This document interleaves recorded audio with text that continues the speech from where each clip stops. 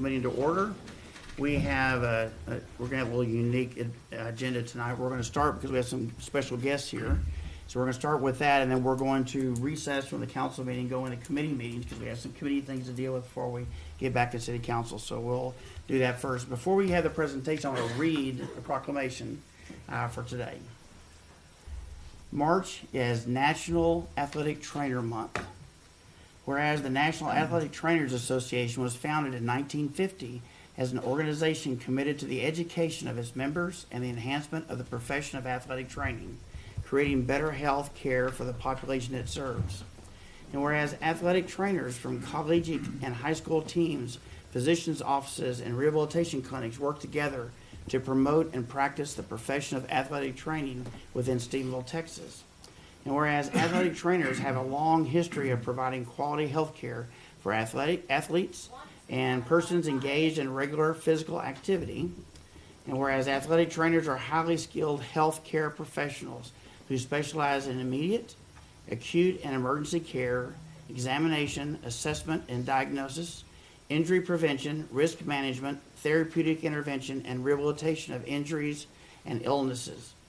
And whereas the National Athletic Trainers Association represents and supports more than 45,000 members of the athletic training profession, including more than 3,819 athletic trainers in the state of Texas.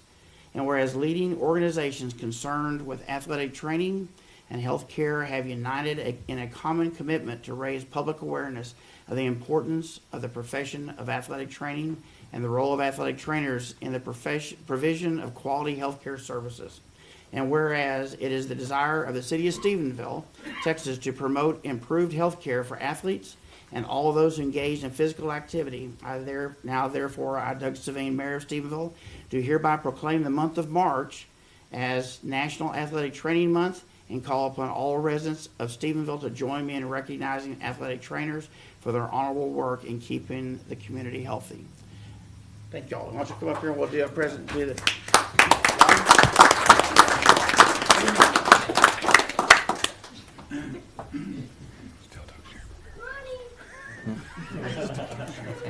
Please come up here too.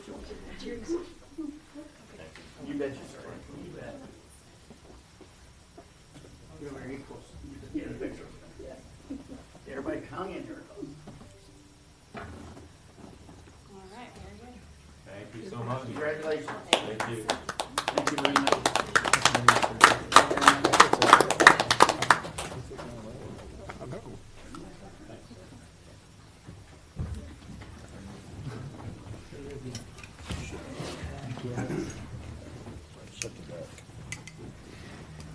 Okay, it is 5:33, and we will recess the special city council meeting and convene the city council committee meetings. And I'm going to, first of all, I'm going to turn it over to Gerald Cook, Development Services Committee Chair. Thank you, Mayor.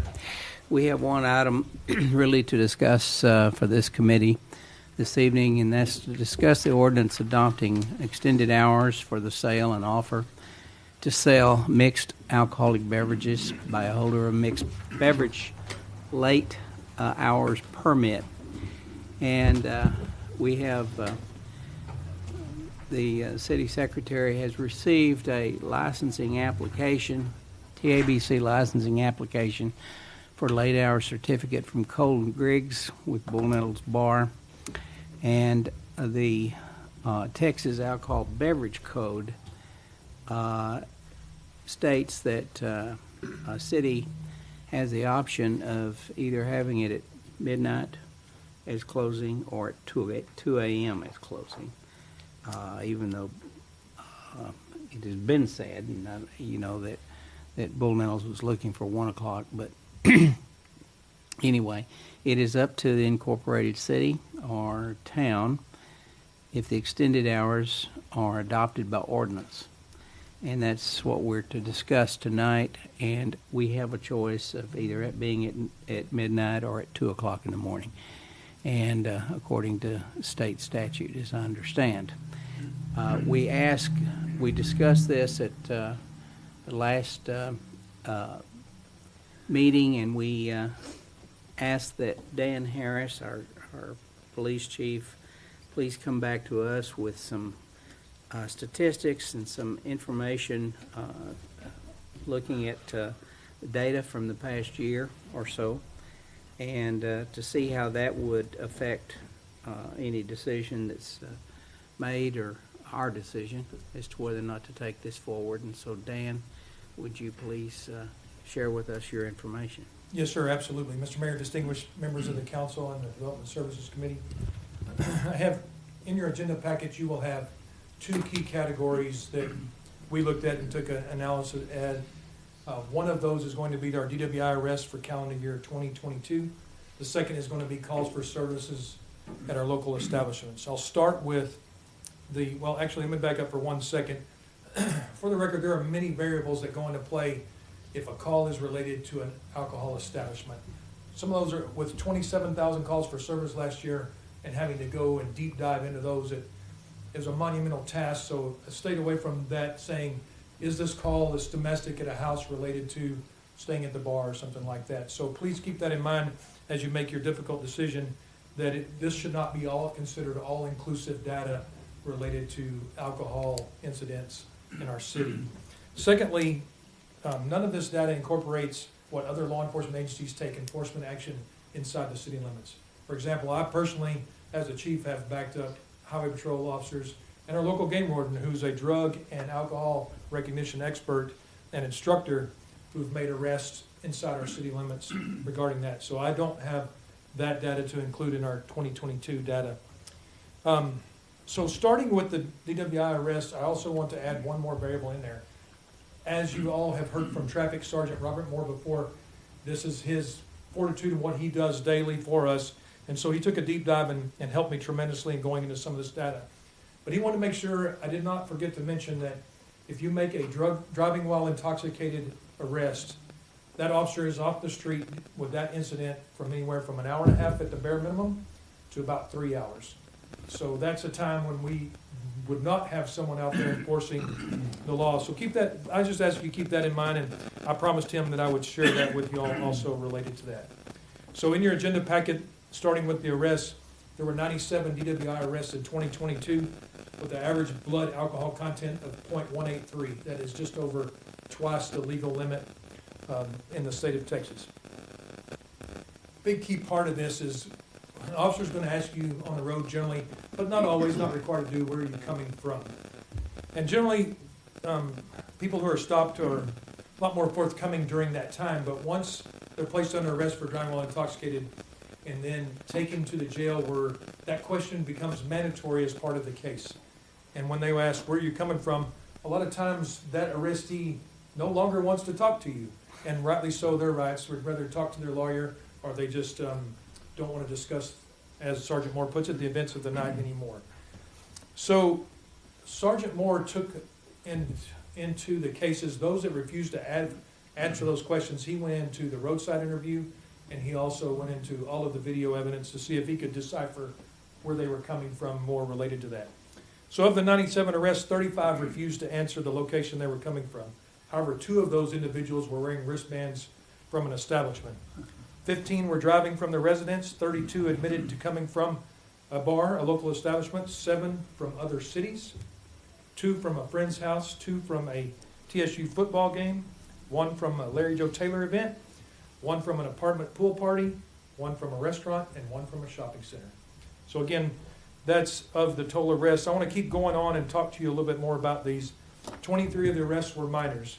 7 of them had been coming from a bar. 7 had open containers, and 1 admitted to coming from a bar, indicating that, I'm sorry, let me back up. 7 of them had been coming from the bar, but only 1 of them had admitted to that.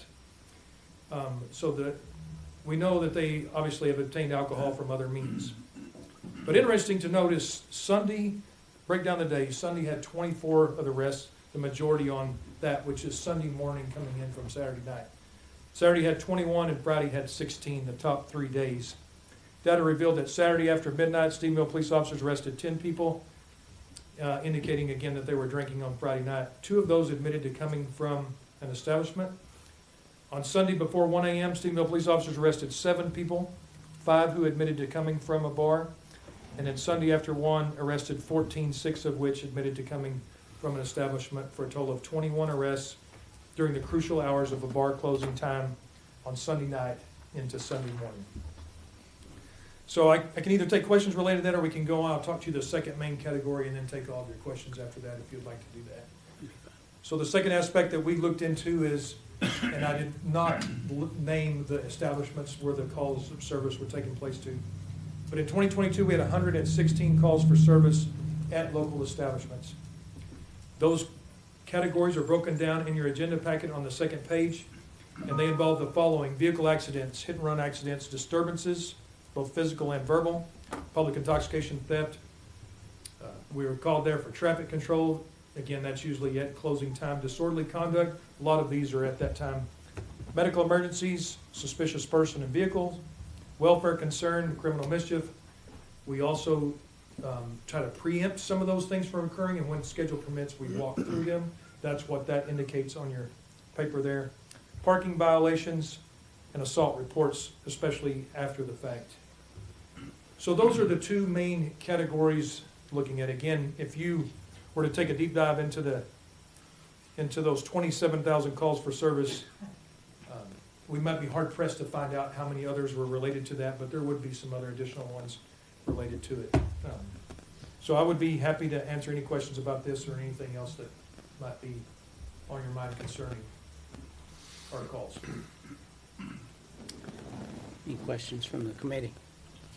So Chief, you talked about some other law enforcement agencies here, but didn't make mention of the Charlton Police Force. Yes, sir. Any indication, I mean, does this data include? It does not. It does not include, I'm sorry, I didn't mean to cut you off. No, you're good. They assist us on calls daily, and vice versa, we'll assist them, but it does not incorporate their data of their arrest, their calls for service. This is strictly would be the city, the police department, city police department. So it doesn't include the sheriff's department either? No, sir.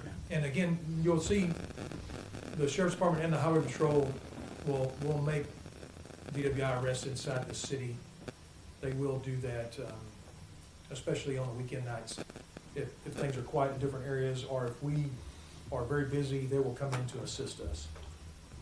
It's kind of a mutual agreement there. And sometimes we'll even go into the county and assist them.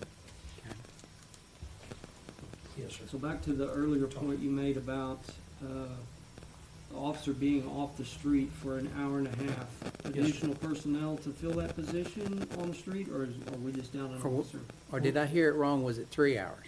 It can be, if to complete the entire case, it'd be up to 3 hours. What a lot of times the officers will do, preliminary part of the investigation and the questionnaire and everything at the jail, and then go back out on the street, save the rest of the paperwork for early morning hours when it's really quiet, not getting calls for service, 4, 5, 6 a.m., and then go back to that paperwork. So if they were to stop and do all that, it would be a good 2 to 3 hours I to see. do that from start to finish. But either way, I mean, it's at least an hour and a half.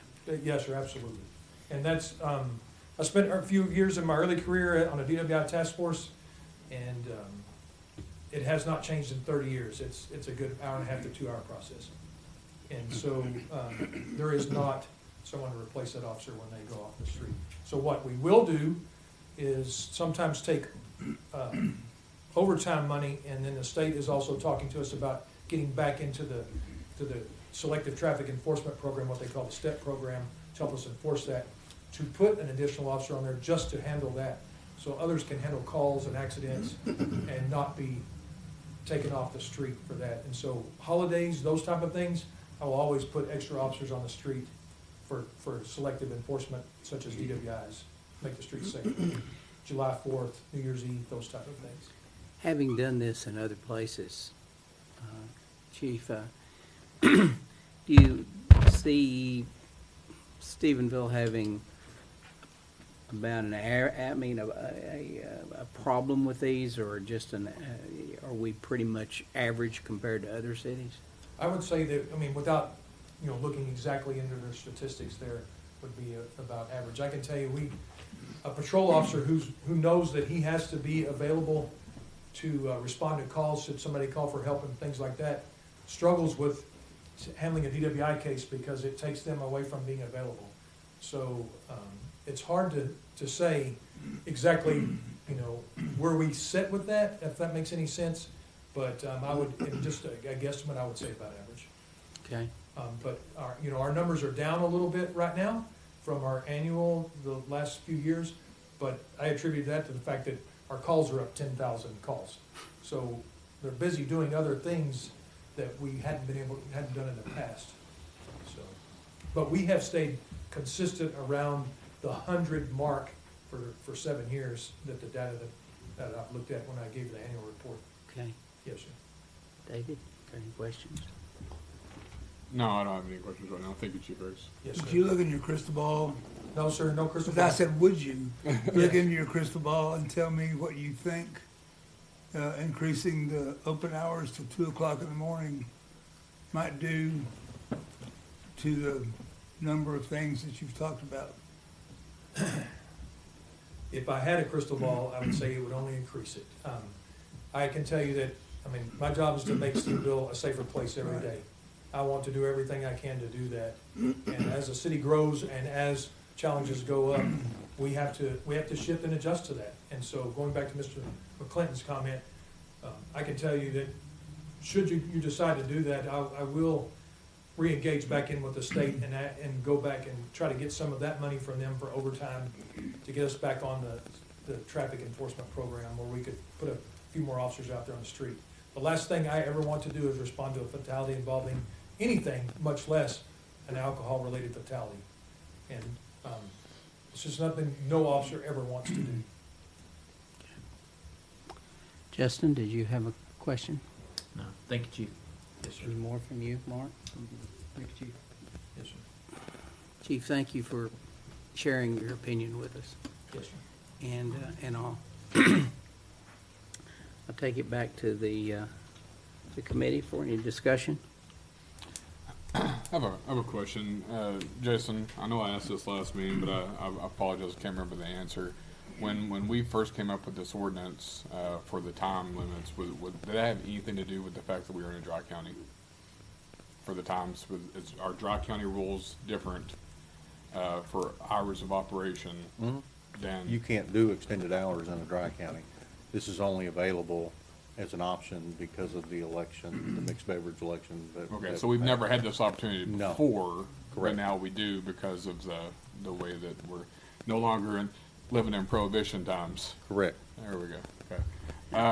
My other question is, now you forgive me, I only bartended, outside the state limits, in college for that grumpy man. But We hadn't recognized you yet. so. I'm against it, let me tell you. But- We're good at that one place down the street, that's it. on Saturdays, right now inside the city limits, they're capped at midnight, correct? Or can they go to 1 a.m.? No, It's midnight. still one, I believe. And It's- Saturday night. Saturday is 1 a.m. Okay. Okay. I was wondering that because I know we had discussed midnight Yeah, we had. before. So I was under the impression that it was 1 a.m. now. I think, well, so it was one during, when we were a dry county, but I think that 1 o'clock on Saturdays is statewide for whatever, unless you have the extended hours. Yeah, which would add another hour to it. And the 2 a.m. is state, or is that extended to state as well? Say that one more time. Being open to 2, is that extended, or is that by what the state allows? Well, the state allows the individual governmental entity To extend it. to pass an ordinance to go to extended hours, which would be till 2. But that's it. There's not an automatic till 2 a.m. They leave that up to the local jurisdiction. Okay, thank you. Yes. Anything else from the committee? I'll just say, just for the sake of saying, that the folks who contacted me on this to a person were against doing this, extending the hours. As were those that contacted me. I don't know about you, David, or you, Justin, or anything, but again, what are the wishes of the committee? How would you like to sit on this a while? Would you like to just turn it down? Or would you like to make a recommendation that we not do this to the city council, or to approve it? and go ahead and take it to the council? I would, let it die right there. Okay? Is that get a motion? I'll make that a motion. Do I hear a second? What was the motion? The motion is, Motion would be to just end it right here, not I send it. don't think you need to make a motion. If that's what you wanna do, you ought to just move on to the next. I don't think you need to vote on it. okay? Unless It just you need to died. vote on yea or nay. It just dies. I just want to make sure so there is the option for an establishment to stay up until 1 a.m. currently. And what was you mentioned a business's name that was looking at doing something? Two businesses' names? One. One business. It would, two would benefit, one is applying for it. Yeah. Only But if we one. did for one, Oh, we one have to do, business apply, that's it. One. but gotta if we be did for one, we have to Gotta do be for all. Citywide. Yeah, it has to be citywide, or They you want can't it- just do it for Do one. they want it for every night or? Well, that was my question. Sorry to interrupt your question, but my question, whenever it first came up, was, now it's midnight until Saturday night, and then it's till 1 o'clock. Is that the only night that they're going to want to stay open? So, Every night. well, so I spoke to the applicant, and we discussed that at the first meeting, after it was put in. And he said, hey, what I'm looking for is to stay open till 1 a couple other nights. I did tell him, I said, that's not an option for the council to consider. I mean, the only option that council has is all or nothing. What he does with it is his business, but you guys have to approve it on a citywide basis, and it's all or nothing. So is there one staying open till 1 o'clock right now? They do. And so what you're saying is if we One There night is. on so if we Saturdays. vote this, we're all gonna be consistently, no one stays open till 1 o'clock. No, they No, can stay they open can till still 1. do that. This is a matter of On changing Saturday. it so it is, Stay so open it till stay open till 2. And that would be 7 nights a week, they could stay open till 2, instead of just Instead of just- Saturday instead of just night till Saturday. 1. Extend a night for every night of the week? I believe that's right. There's no, Do I hear any motion? If not, then this committee won't make a recommendation to the city council. Everything? That's it. Tourism and Visitors Bureau Committee, Ms. Durfee. actually, Michaela is gonna come up and give us some information. I think Mr. Stevens is gonna speak. Hello. So I have a staff report. Anyway, we had a couple of Hot Funds applications, and the first one that we are going to be going over is for City Limits Sports Academy. We have VW here, and he will shed some light on the application and his tournaments as well. But just brief background on my end here. 2023 will be the second year for the tournaments to be held in the City Limits Sports Academy facilities, and they also use the City of Stephenville fields as well. An application has been submitted for each tournament, and there are 5 tournaments total. Each application is requesting $3,800, resulting in a total of $19,000. Each application has the same information listed except for the dates, and so I included the dates. These dates, there's one for every month from March to July, March 25th and 26th, April 15th and 16th, May 20th and 21st, June 10th and 11th, July 8th and 9th, and that's it. And then attendance is estimated at 1,000 to 1,500 people, with over 380 teams participating in each tournament. Fiscal impact would be tournaments are all-day events for both days, resulting in teams and families staying in hotels, eating and shopping locally, and a questionnaire will be sent out to the hotels, retail shops, and restaurants to track the traffic. Anyway, but here is VW to answer the rest of your questions.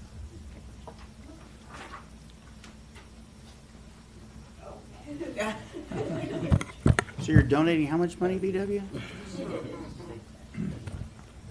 He didn't hear you. Do I need an Are you- introduction? Are you donating some money? All right. Sir, are you donating money? I don't think there's anybody I don't know. V.W. Stevens, City Limits Sports Academy, just as we just discussed, it's the second year on it. This weekend has 61 teams will be coming in from out of town. Our City Limits Academy now has 270 plus members, 17 teams, 4 of those out of Brownwood.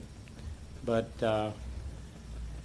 it is the second year, been very successful. Very glad I'm out of the alcohol business. A little uncomfortable because I thought Mark kept looking at me a little funny. I have nothing to do with the damn alcohol. 29 years of $2 million a year, but it was an entertainment center. Right, Dave? Yeah, yes, sir. Right. Yeah, David was half the entertainment. But anyway, we definitely would like to have some support on this. We'll bring in, really, this weekend, between 1,800 and 2,100 people. I sadly say that we won't be able to house them all because we don't have motels. A lot of them will be going to Granbury, Glenrose, Dublin, but maybe that'll get accomplished sooner. But we would like some support if that's possible. Everything we get will go definitely to our park department, but we're glad to have anything that can help go to the park department. That's just all we got. Six tournaments this year already for the spring, is that right? And then we hope to do 6 to 8 in the fall. Thank you. I want to be nitpicky. It says, it's positive nitpicky. It says that attendance is 1,000 to 1,500 with over 380 teams. If I calculate, if my math is right, there's going to be, I know, at least 10 players on those teams. Or more, and that's going to shoot way over 1,000 or 1,500. So I'm assuming that the actual teams and the players are not included in the numbers. That's participants. That should be players. It's just a misprint probably, but it should be players, not teams. So it's about 40 teams per weekend. Well, I think he's thinking that there's more than 10 players per team. however you do it, there's going to be, and I'm not trying to be never mind. I'm not trying to be one of those, but I'm assuming what this means is there's 1,000 to 1,500 fans, whatever, that come in with this. But if I'm looking at this, at the financial impact upon the city of Stephenville, I'm going to count the players on those teams also. So it only, in my mind, it only makes it more beneficial to the city of Stephenville. So I'll be quiet now. Well, I'll say, I think this is something that we've needed for a long time. I mean, I've chased my grandson around, and it seems like every weekend we were somewhere else around the state, and we never played in Stephenville. And we would be there all day Saturday and all day Sunday, and I'm wondering, when are we going to play in Stephenville? And when can we stay home instead of us renting, we're in hotels every weekend, we're gassing up somewhere, we're eating somewhere, and it's nice to be able to stay home and bring this type of these teams come to Stephenville and let them have time in our city and let them have a chance to see Stephenville and be here. I think it's just we just open a lot up to this community when we bring these teams in here, and I'll tell you, they travel. I've been here. They travel with their parents and grandparents and aunts and uncles, and they all travel with these baseball teams, and so I think it's something that we really need to consider, because it's nice to see us bring this revenue back to our city instead of every time I spend my revenue outside the city when I'm traveling. I agree with you, Lon. It makes a lot of sense. One thing I'd like to know, Michaela, what are we going to be doing to get to the people that are attending these things, to get them into the restaurants and in the shopping and things like that? How are we making that connection with them? That's actually in the application packet. He said on how the funds will be used. Welcoming packages containing gift cards from local restaurants and retail stores. And then the prizes and awards, advertising at fields with location of restaurants and Okay. location of retail. Okay, good. I see it now. I was wondering the same thing, so I appreciate that. Okay. So, does anybody else have? And then how are we tracking with the hotels? I hope they're all full, like the Dickens and everything. Well, But it Michaela- is heads and beds, and that's what we're talking about here. Michaela and I had this conversation earlier this afternoon. Some of the hotels, it's difficult to find out why they're here. Now, we can call and they can say, yes, we're full, or no, we're not full, but they're not gonna, they don't always wanna tell specifically, we're here for a baseball tournament, or we're here for a rodeo, or we're here for whatever the reason for that week. And so, but we can't tell if they are full. So, I mean,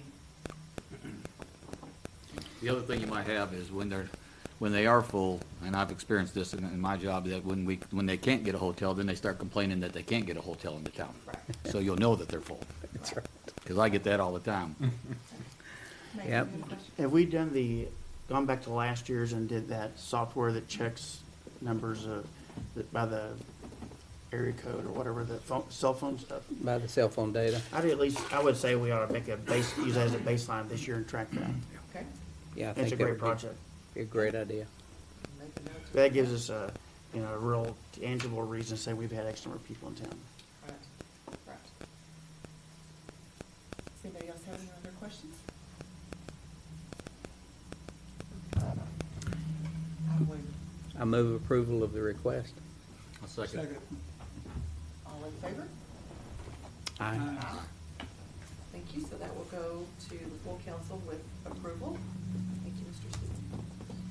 And then we have one more. Hello again. So the second Hot Funds application is on behalf of Joe Beaver. It's Joe Beaver's Junior Superstars Roping. This event was established in 2010, and this roping event will take place on April 7th and 9th through the 9th, Easter weekend in 2023 at the 377 Arena. The amount of hot funds requested is a range from $15,000 to $30,000. This event will host over 450 contestants, and the estimated attendance is 1,000 people as well, including their families. The impact of this event will be measured by the numbers of entries and the stall rentals at the 377 Arena. Fiscal impact, this event will host over 450 families that will eat, shop, and potentially stay in hotels for 2 to 3 days. And we did meet with Sheila Williams. She's kind of been our contact for this event. And I did call a lot of the hotels. I didn't get in touch with all of them, but the Hampton, Best Western, La Quinta, Super 8, and Motel 6 all have over 20 rooms already booked for that specific weekend, Each? each. For that event, I'm sorry. For that specific For weekend. that weekend, they wouldn't Mhm. tell you the event. Right. Okay. Like Michaela said, we met with Jason, and Michaela and myself met with Sheila this afternoon, and he went over the packet and the event and things. I meant to look back and see when Joe actually sent the original application. Do you remember how many months ago that was? That's in August. Yeah. So this isn't I know the event is coming up in just a couple of weeks, but he actually did send in an application before, and Michaela and Jason and myself had talked about it. The amount that he was requesting was just a lot more than what we thought we could do. We did, I gave Sheila some ideas on how he could track us some numbers for next year, so we have some data to go on, other than what his previous events have done. I will say, if you turn on a rodeo that Joe is at. He's a commentator for the NFR and many of the huge rodeos. Or the Cowboy Channel. He mentions Stephenville. I mean, it's a lot. He loves Stephenville. So we discussed that it was at 377, they don't have a lot of the stands. But next year, there will be another rodeo arena that will have plenty of stands. So, I think you got it. so. Sorry, lost my spot.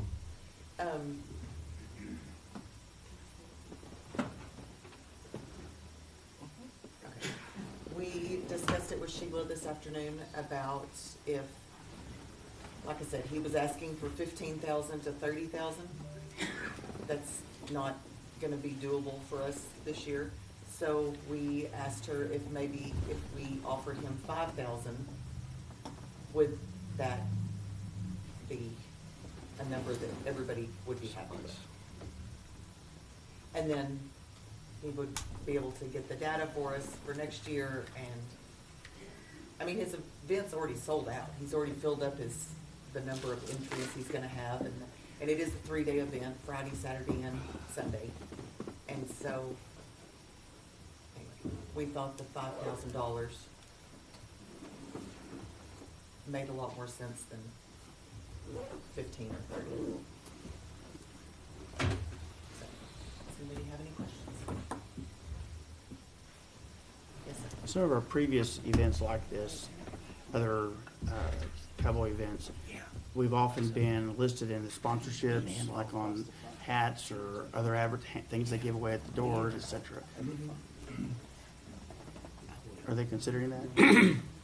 Well, I just flipped it to their I page and I don't- don't see that. I don't have the answer for that, but I will say, I do have the flyer for the event. And, I mean, we're obviously not listed as a sponsor, but we are listed on here, so, I don't know. He, Pass that down. he's been doing this since 2010, correct? Yes, sir. Here. Not here, Not here. He has done it here. He's done it here previously. before, though. He has done it here before, yes. I think it was in 2014 Okay. when it was here. It was in the hot application as attached in the packet. Is he suggesting from this that he's going to do it annually here, or more than one time, or is this a one-time shot? I don't know, Sheila didn't mention that. I didn't see that in the Well, she said application. his wishes would, she said actually, if he could figure it out, he'd like to be here all the time, Yeah. living and running all of his operations. Okay. Out on the new 377 arena, how many hookups do they have out there now? I mean, they've got a whole lot Not of enough. hookups We asked across that- the front. We asked that question today, and there is not enough for even half of what's coming. So, Okay. because I asked the same question, because they are all along the road right there, so.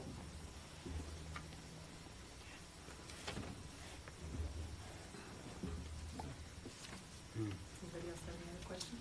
So does that mean on his application that he says 200 people will be using the hotels and motels? Does that mean 200 are gonna be staying out at the arena then? Is that what? Somewhere in there, Councilman. So he says on his application, people that are gonna be staying the night, if half of them can hook up on RV hookups out at the arena? Well, it says that in the packet, it says that, they're expecting 450 to 500 participants. And if not even half of that have hookups out there, then I would agree with you that I would say probably 200 are going to be looking for lodging. The previous statement under fund usage, how will the funds be used? hotel rooms, I guess that's $3,500, right? Or 3,500 rooms. Where are you looking at? I'm sorry. Item 3, hot funds application packet. Fund, oh, it's on page 16. Fund usage. How will the funds be used? Oh, yes, here we go. And when you get down to hotel rooms, there's no dollar sign. It just says 3,500. I ate a bowl of picky before I came here. Right. That's good. No, I think they told us that they've got a certain, like, 10 rooms or something for some people working at the event. So I'm sure they would use those funds to pay for their employees. As to what you're talking about, that's kind of where I came up with the 5,000 number, was a couple hundred hotel rooms over 2 nights, based on what we think our average daily rates are and the taxes we would get off that. I think that was equitable, and that's kind of where that number arrived at, Seth. So but you're not saying that we're gonna get $5,000 in hot funds? That ain't gonna happen. That's not what you said, was it? Yes, if you did 200 rooms Friday night For and 3 Saturday nights. night, added up the average daily rate and the taxes that come off of that, yes, sir. Any other questions?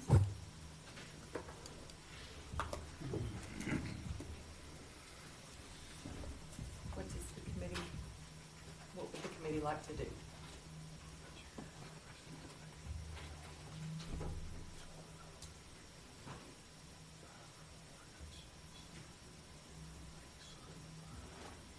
Make a motion to designate $5,000 of hot funds for Joe Beaver's junior superstar opening. You have a second?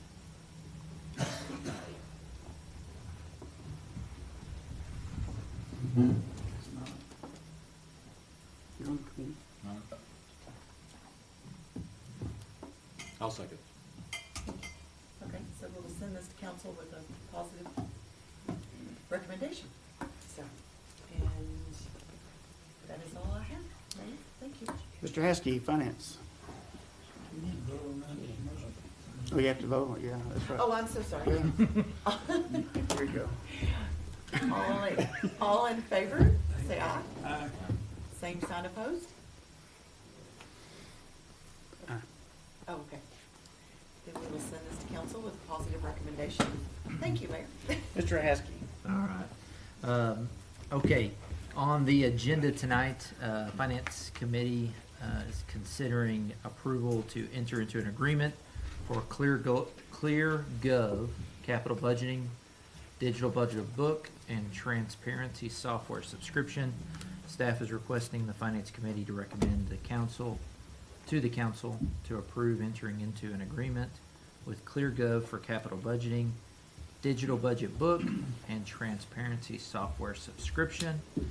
A little bit of background: during the budget preparation, the Finance Department had requested $16,000 for transparency software subscription. Alliteration. After reviewing software options, ClearGov was chosen as it offered not only transparency software but also capital budgeting and digital budget book software for an annual cost of $17,400, which that amount would be pro rata in this fiscal year, April 1st to September 30th, for a cost of $8,700. $5,000 of the current budget is already committed, leaving $11,130 remaining. That would cover the cost through the end of the fiscal year. The city also pays nearly $16,000 a year for Invisio plans and analytics, which this software would be replacing. The agreement is 5.5 years. It's billed annually in advance, so that means it's billed October the 1st. All right. Prices would increase 3% per year for the initial service period, then 6% per year after the initial service period. The city will have the option to terminate the service. The first 30 days with a full refund of the service fees. I believe there is a 60-day written notice at the ahead of the annual termination date, which is September the 30th. Any questions from committee members? What what are we looking to get out of the new software that we're not getting out of the old software?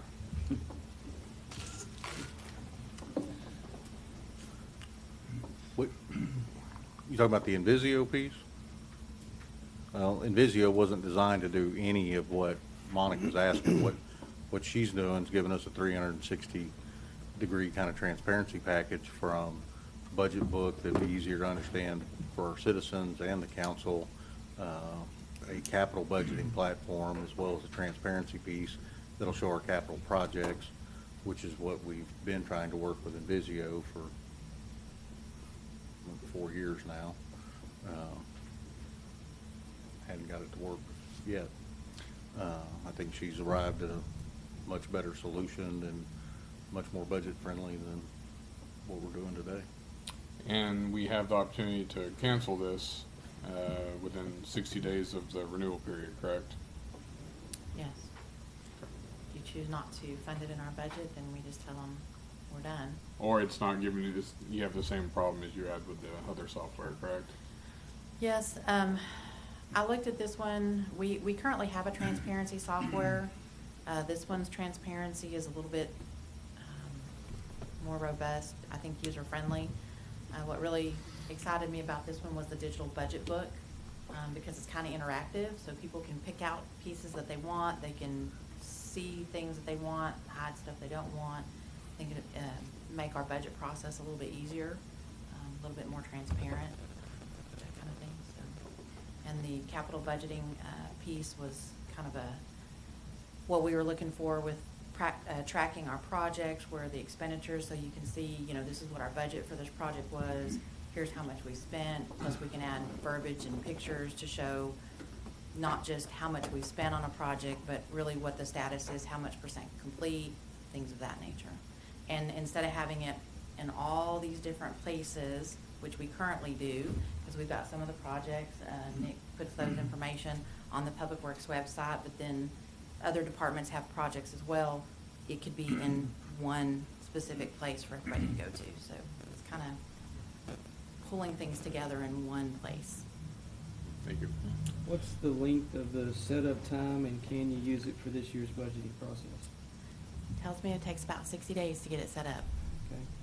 So So- you will be able to use it this year? Yes. And you have the staffing and everything like that necessary to do it, Monica? I believe so. Because a lot of this stuff, we're already doing it. We're just doing it in different places. So we would stop doing it in those places and do it here.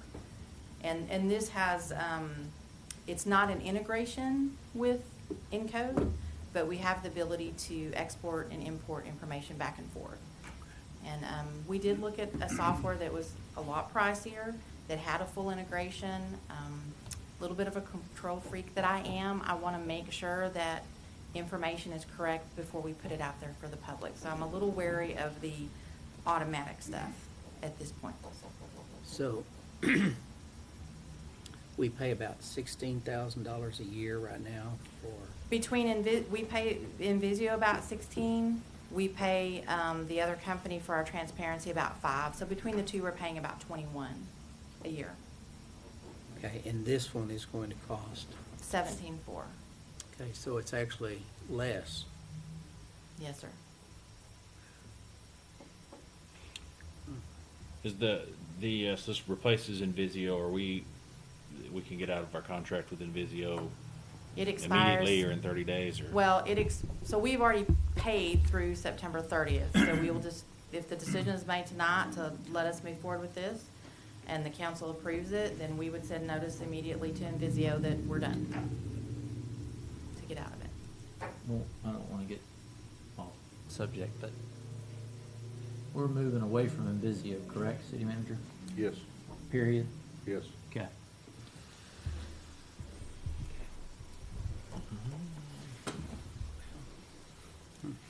I think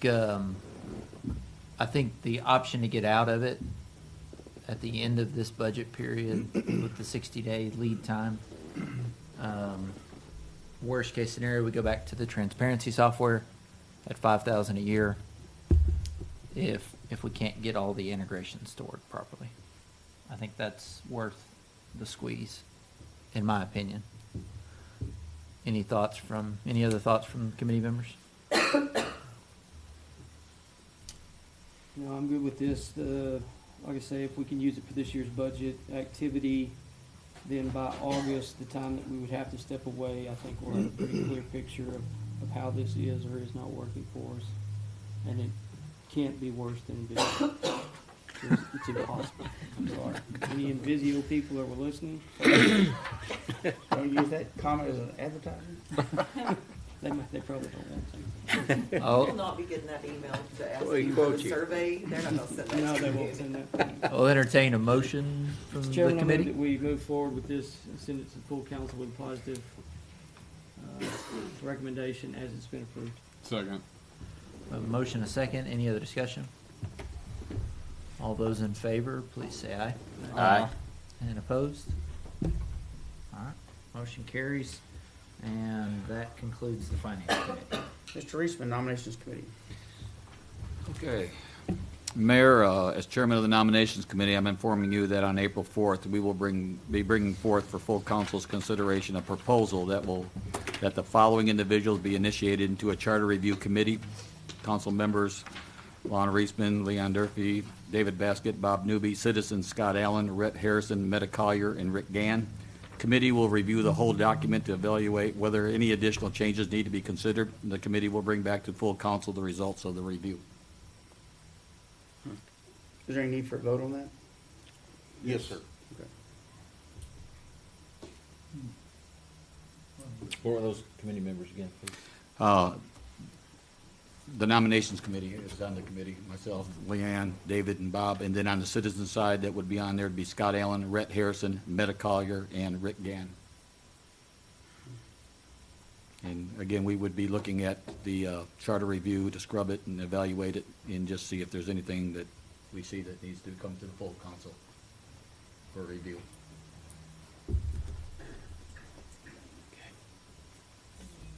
So we do have to have a motion? Yes. Yes. So I make the motion that we take to council the charter review committee. Second. Vote on it. All in favor? Aye. Any opposed? Passes. Thanks, sir. It is 6:23, and we'll adjourn the city council work session and convene back into the special council meeting. We'll get to the item on the regular agenda, item number 2, which is revised order of election. I'll turn that over to you, Jason, or is it Sarah? No, it's Sarah. Sarah. So on March 7th, at our last council meeting, we approved, or y'all approved the revision of the order of election to move the location of the voting. As soon as I turned that in, the county clerk's or the county's office asked to change the extended hours dates from the Mondays of voting to the one Friday. So that's what's before you tonight. Any discussion, questions? Do I hear a motion? Mr. Mayor, move that we approve the revised order of election for the May 6th election as presented. Second. I have a motion and a second. So you vote all in favor, say aye. Aye. Motion passes.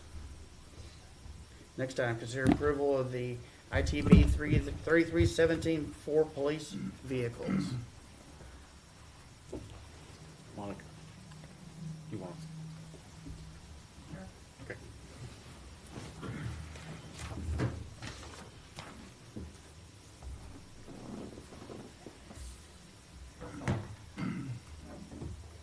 Mayor, council, in the budget, the police department had to purchase 3 police Tahoes and a patrol pickup.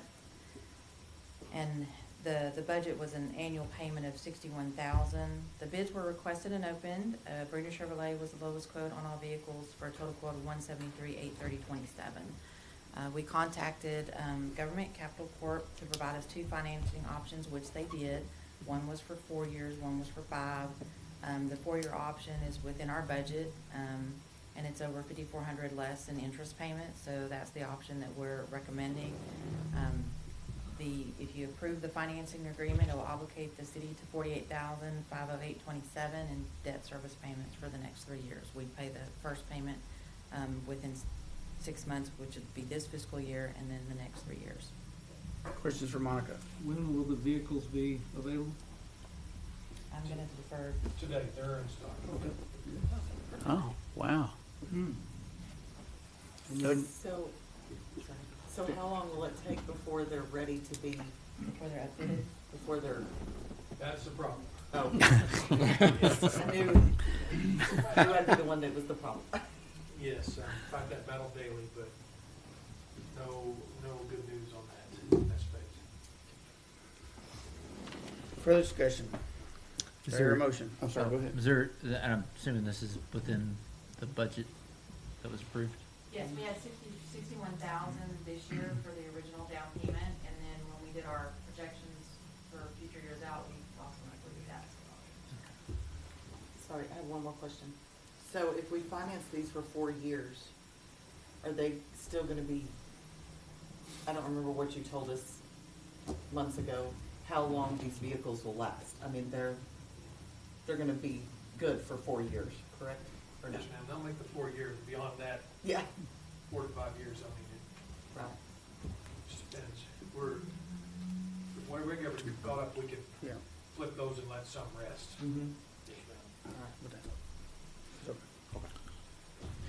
Do I have a motion? What we're doing now is approving the purchase. We'll have another item about the financing agreement. Mr. Mayor, I make the motion, we approve the purchase of 4 police vehicles. Second. Do you need to clear that bid, Gusty?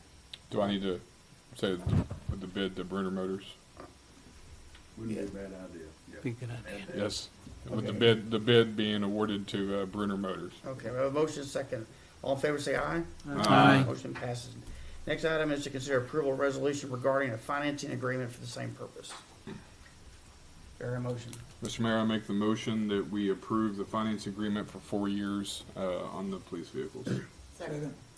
Well, yours not very fast tonight. All in favor, say aye. Aye. Motion passes. Next one, enter into an agreement for ClearGov capital budgeting. Mayor, I make the motion to approve the agreement with ClearGov as presented and discussed in committee. Second. Have a motion second. All in favor, say aye. Aye. Motion passes. Thank you. At this point, we're going to recess into the Employee Benefits Trust meeting. It is 6:28. And at 6:28, I will call us into order as the Employee Benefits Trust meeting and turn that over to Jason. So it's time for us to consider our employee health insurance benefits for the next year. And so we've been going through that process with our consultant. And so Mr. Dryden is here tonight. And so you have a notebook in front of you and some documents that Monica handed to you. So I'll ask Rodney to kind of give a brief overview of where we're headed. Mayor, Council, thank you for having me tonight. Jason, Monica, thank you for your work and cooperation through this process. It can be a bit of a grueling process each year. When we started with the city in '21, our first move was to Blue Cross Blue Shield in '21, reducing costs about 15%. Last year, we renewed with Blue Cross at a 1.8% increase. Blue Cross Blue Shield this year came at us pretty hard with a 26% increase, was the requested increase from them. Of course, we took it to market. Blue Cross did reduce their initial ask from 26 to 17, but our recommendation tonight is the consideration of United Healthcare. In reviewing the plans with the city manager and finance, this program, we have 2 options in front of you, which are in your packets. A PPO option, continuing the single HSA choice, but a PPO option at about a 2.9% increase, or an EPO option at about a 2.4% reduction, as I recall, from current. So we can reduce cost. If you choose the EPO, we can reduce cost in dollars by about $17,000. So we've been on a pretty good trend the last few years on as far as deductibles and copays and network. We've eliminated the copay plan, so the city has that one option going forward. We are also recommending a change in our dental provider to Guardian from Blue Cross Blue Shield at a reduction of about 17% compared to current matching benefits. And we're also we're recommending a change to Mutual of Omaha for our basic life, which is paid by the city at a reduction of about $1,500. And on the voluntary pieces that are paid by your staff for the coverage, those costs and benefits will remain equal to current. We looked at some other programs for the city and for city employees. We are also recommending a program, it's in your packet, called First Stop Health. We think this is a critically important piece to the equation. You have a program now that is an HSA, a high deductible health plan that allows you to have a health savings account. First Stop Health gives your employees the ability, for not just the covered employees, but their covered and non-covered family members, to have access to a virtual primary care physician for a $0 copay. That's an important feature when you have a high deductible plan, when your office visits count towards your deductible. This program will allow them to seek consistent care from the same virtual PCP for a $0 copay. So it's a really nice program. We have these programs in at many of our clients, and the feedback we're getting has been very positive. We're also, before you is a recommendation to increase the contribution to the health savings account from, I believe, $238 to $1,300. So in your packet, and I apologize, the packet's a little thick, but in your packet. We all read it tonight, I forgot it. Did you? Great. We got it before the council. You would be one of the first, let me assure you. Well, three of us already have seen it before, so. So, I read it. under tab 1, actually 3 pages back, we show kind of a breakdown of costs with the recommendations. And if you look at the costs on that 3rd page under tab 1, it shows your current PEPM per employee per month charge, and then it shows the new or recommended PEPM. You can see the cost per employee per month on the health plan is going down about $10, $9.93. The HSA contribution highlighted there in yellow obviously goes up because it's currently $1988. We go to $108, and then you can see on dental and on basic life those costs go down. And we're again recommending replacing your current Teladoc program, which is called New Benefits, with First Stop Health. First Stop Health, like I've already said, gives you access to a virtual PCP, also offers mental and nervous counseling. It's a very robust program. We get reporting, we'll be able to see how often it's being utilized, and we'll be able to keep a close watch on that. I spent a lot of time just hitting the highlights. I'll be glad to get as deep in the weeds as you want to. We did a full market search, went to all carriers really in the marketplace. We worked with Blue Cross. They just wouldn't come off anymore. United Healthcare is our recommendation. We looked at Allstate, Cigna, Aetna, Pareto. We included some captive programs in here. TML, of course, we considered. They declined. And United has just yielded the best program options. And I think of a very important thing that we included when we moved the city to Blue Cross Blue Shield and their high deductible health plan is we included a list of preventive care drugs that were covered without having to satisfy your deductible first. We got United Healthcare to match that list. So your employees that are managing chronic conditions like high blood pressure, diabetes, things like that, they can get most all of those drugs for no cost. It doesn't count towards their deductible, there's not a copay. So it's a very nice benefit for your people to have that are managing chronic conditions. Also, don't know if you're aware of this, but we've seen Eli Lilly and a couple of other major drug manufacturers for people who use insulin The actual cost of those drugs will not be greater than $35, and that's direct from the manufacturer. So that's something that's just come down in the last week. So just be aware of that. If any of you have family members that use insulin, that's brand new.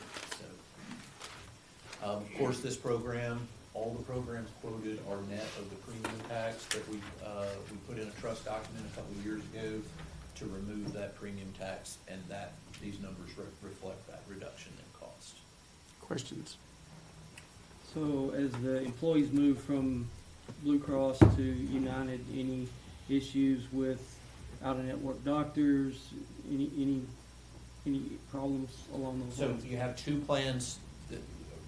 We have two things to consider. One, do we want to, the recommendation is EPO, which is a network-only plan.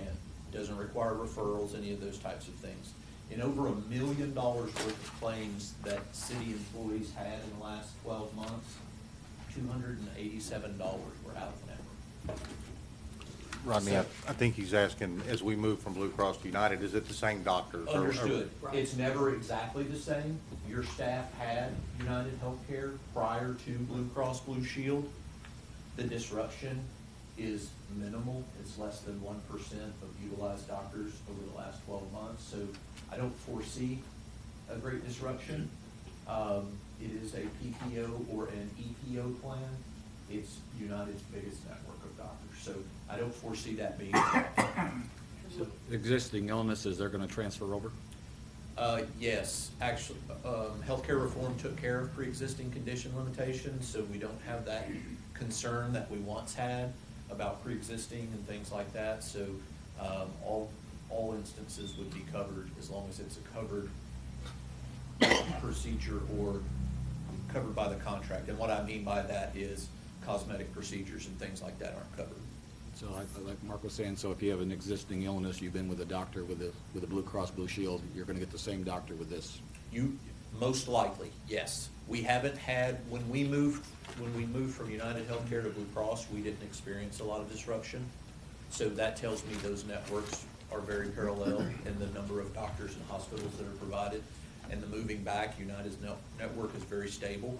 So I don't foresee any issues. And when we ran some disruptions, we didn't see disruption from your staff having to change doctors. So we've looked like at the doctors here in the area and they all accept?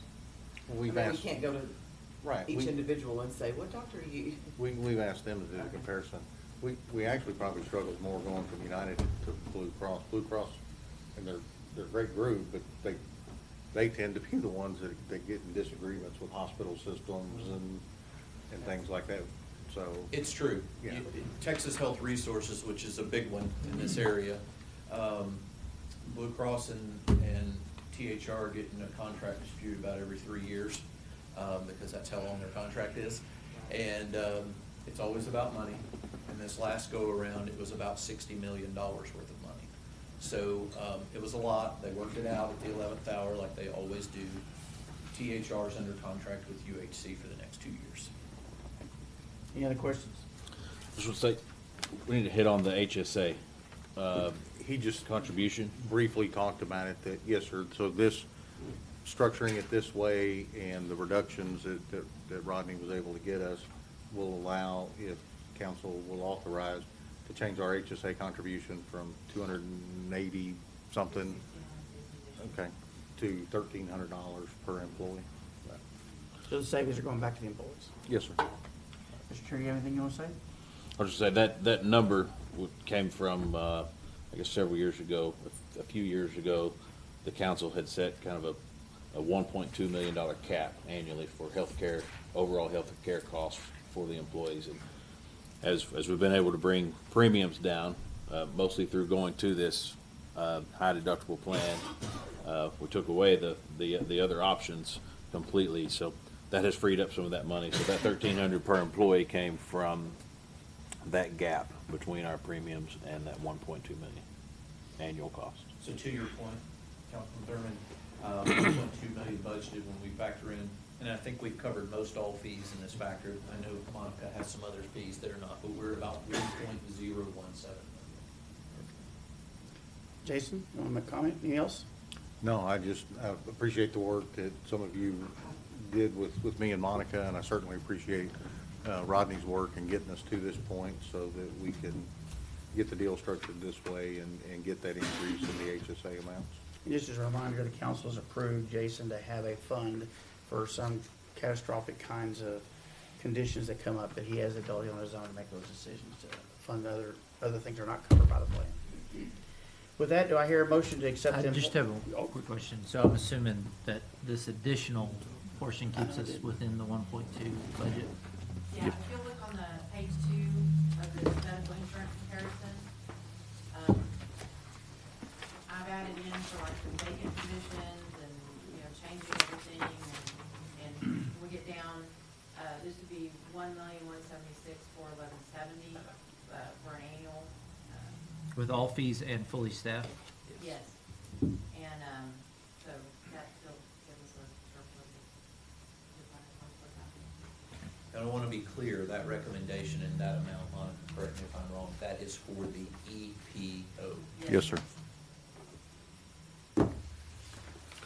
Mayor, make the motion, the Benefits Trust approves the proposed base plan with UHC, HSA, AGYB, dual option choice EPO, with the increase of the city's HSA contribution to $1,300 per employee. Second. Have a motion and a second. Further discussion? All in favor? Aye. Motion passes. With that, we're going to adjourn our Employee Benefits Trust meeting and reconvene a special council meeting to consider approval of the same thing we just voted on. Do I hear a motion? Mr. Mayor, make the motion that we approve the employee benefits plan as approved by the Health Benefits Trust. Second. Have a motion and a second. Proceed to vote. All in favor, say aye. Aye. Same time opposed, motion passes. Thank you. Thank you. Appreciate your work. Yes, sir. Thank you. Next item is executive sessions on compliance with the Texas Open Meetings Law, Subchapter D, Government Code, Vernon's Texas Code annotated in accordance with Section 551.071, consultation with attorney to consult over a pending or contemplated litigation, and Section 551.087, deliberation regarding economic development negotiations, project groundwork. We will be back.